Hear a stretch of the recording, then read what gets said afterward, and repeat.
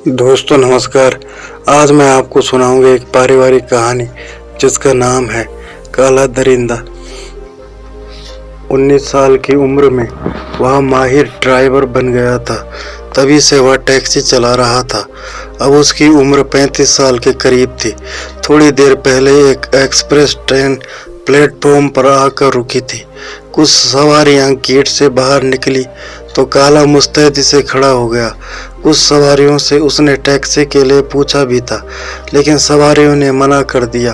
कुछ सवारियों को टैक्सी की ज़रूरत नहीं थी और जिन्हें ज़रूरत थी वह अपने परिवार के साथ थे।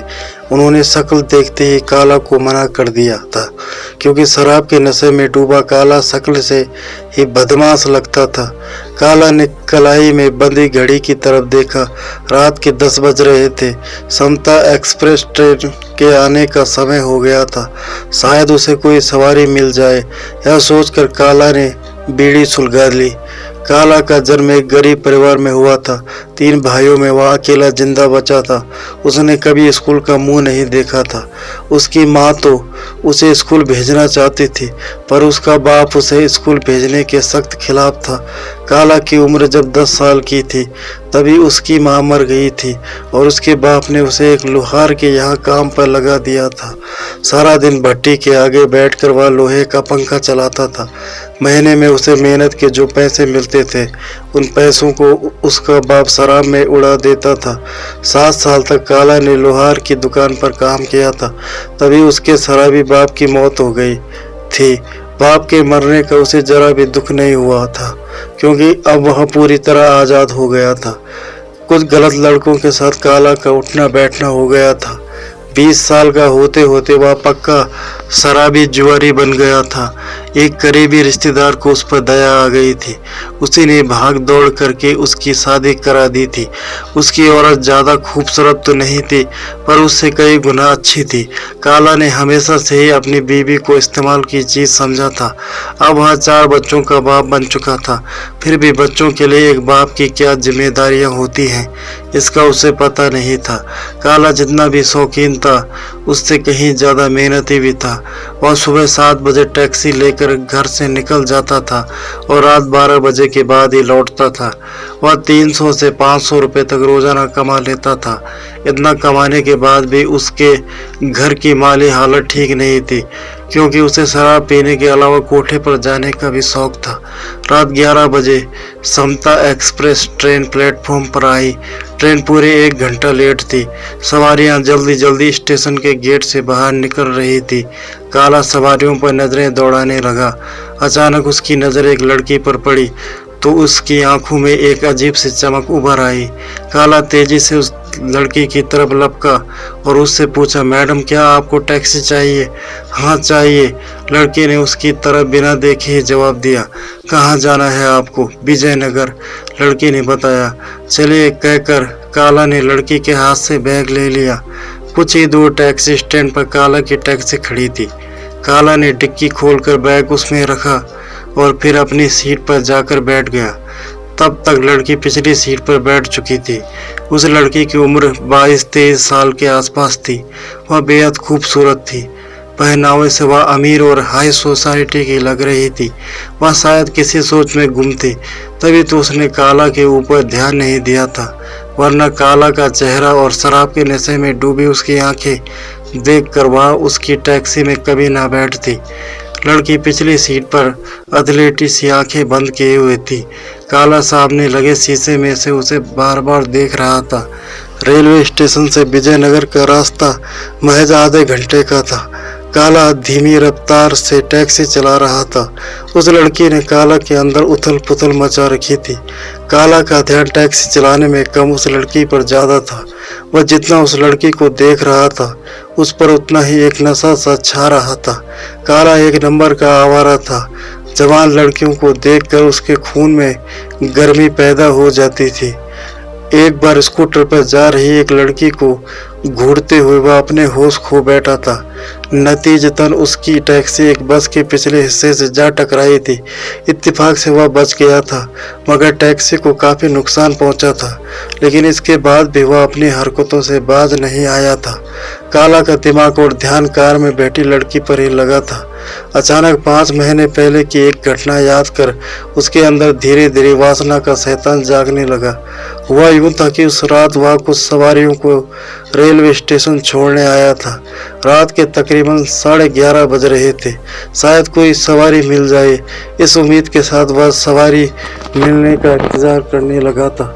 कुछ ही देर में उसे एक सवारी मिल गई थी। वह एक लड़की थी और उसे अशोक नगर जाना था। उसे टैक्सी की जरूरत थी। उसने कई टैक्सी वालों से बात की थी। रेलवे स्टेशन से अशोक नगर काफी दूर था, तकरीबन 1 घंटे का रास्ता था। ज्यादातर टैक्सी वालों ने रात को इतनी दूर जाने से मना कर दिया था। कुछ टैक्सी वाले वहां जाने के लिए तैयार हुए भी, मगर उन्होंने किराया बहुत ज्यादा मांगा। आखिर में लड़की का सौदा काला से पट गया था। वह लड़की कम उम्र की व खूबसूरत थी।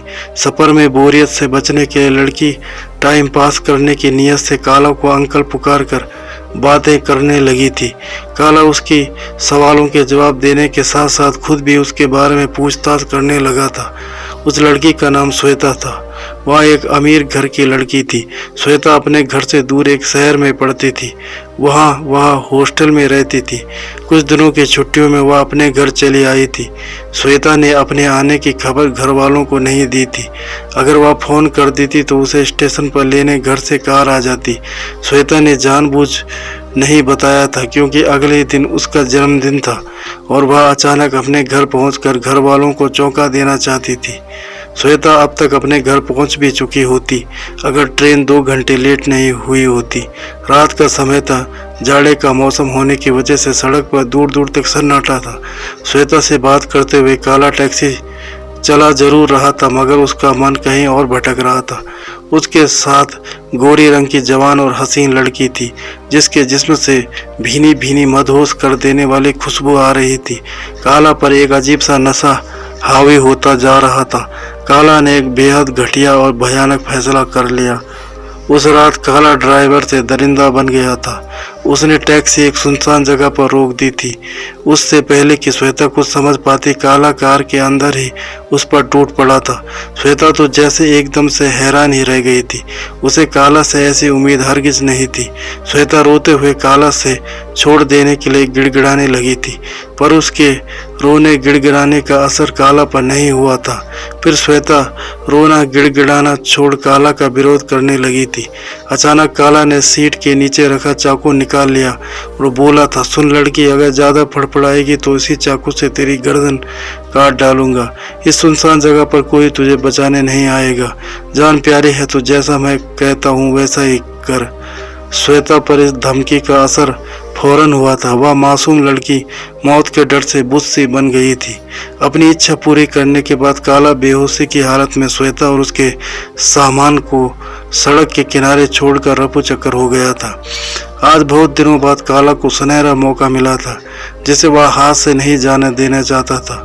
उस लड़की को अपना शिकार बनाने से पहले काला उसके और उसके घर परिवार के बारे में जानना चाहता था। काला ने अपनी तरफ से बातचीत की शुरुआत की, पर लड़की ने उसके किसी भी सवाल का जवाब हाँ या ना से ज्यादा शब्दों में नहीं दिया। पहले वाली लड़की श्वेता हंसमुख, चंचल और मिलनसार थी, जबकि यह उसके बिल्कुल उलट गंभीर, मगरूर और नकचड़ी थी। काफी सोचने समझने के बाद काला ने फैसला किया कि लड़की का संबंध चाहे किसी भी घर से हो, वह उसके साथ मनमानी जरूर करेगा, बाद में चाहे जो कुछ भी होता रहे। सड़क पर सन्नाटा था। काला मन ही मन लड़की की इज्जत से खेलने का ताना बाना बुनने लगा था। विजयनगर से 1 किलोमीटर पहले एक दूसरे शहर को सड़क जाती थी। वह सड़क ज्यादातर सुनसान रहती थी। काला ने टैक्सी उसी सड़क पर मोड़ दी थी। कार में बैठी लड़की को अपने रास्ते का पता था, इसलिए उसने फौरन काला से गलत रास्ता होने की बात की, पर काला ने उसकी बात अनसुनी कर दी। खतरा महसूस करके लड़की विरोध करने लगी तो काला ने एक जगह टैक्सी रोक दी और सीट के नीचे से चाकू निकाल कर दहाड़ा, सुन लड़की, अगर जरा सी भी आनाकानी की तो पेट फाड़ दूंगा। काला की भयानक आंखों में वासना के लाल लाल डोरे तैर रहे थे। लड़की को धमकी देकर काला उस पर टूट पड़ा। अगले दिन जब काला को होश आया तो अपने आप को अस्पताल में देखकर वह चौंक पड़ा। दर्द से उसका पूरा बदन दुख रहा था। कल रात के सीन उसके जहन में घूमे तो उसका पूरा जिस्म कांप उठा। वह 2 बार दरिंदा बना था। एक बार उस दिन जिस दिन उसने मासूम श्वेता की इज्जत लूटी थी, और दूसरी बार कल रात वह दरिंदा बना जरूर था, लेकिन कामयाब नहीं हो सका था, क्योंकि कल रात वाली लड़की पहले वाली लड़की की तरह कमज़ोर नहीं थी। वह लड़की मुक्केबाजी और कराटे में माहिर थी। उस लड़की ने काला को बहुत पीटा था। लड़की ने एक जोरदार लात काला की दोनों टांगों के बीच मारी थी। इसके बाद उसे कुछ होश नहीं था। वह अस्पताल कैसे पहुंचा, कब पहुंचा और किसने पहुंचाया, इसका उसे कुछ पता नहीं था। काला ने डॉक्टर से जब वह खबर सुनी तो मानो उसकी जान ही निकल गई। डॉक्टर ने उसे बताया कि उन्होंने उसकी जान तो बचा ली, मगर अब वह कभी दरिंदा नहीं बन सकता था, क्योंकि टांगों के बीच चोट लग जाने से वह हमेशा के लिए नामर्द बन चुका था। तो दोस्तों, ये थे आज की कहानी। उम्मीद करता हूँ आपको कहानी पसंद आई होगी। अगर आपको कहानी पसंद आई है तो चैनल को सब्सक्राइब करें और बेल आइकन को प्रेस करके ऑल पे क्लिक करें। धन्यवाद।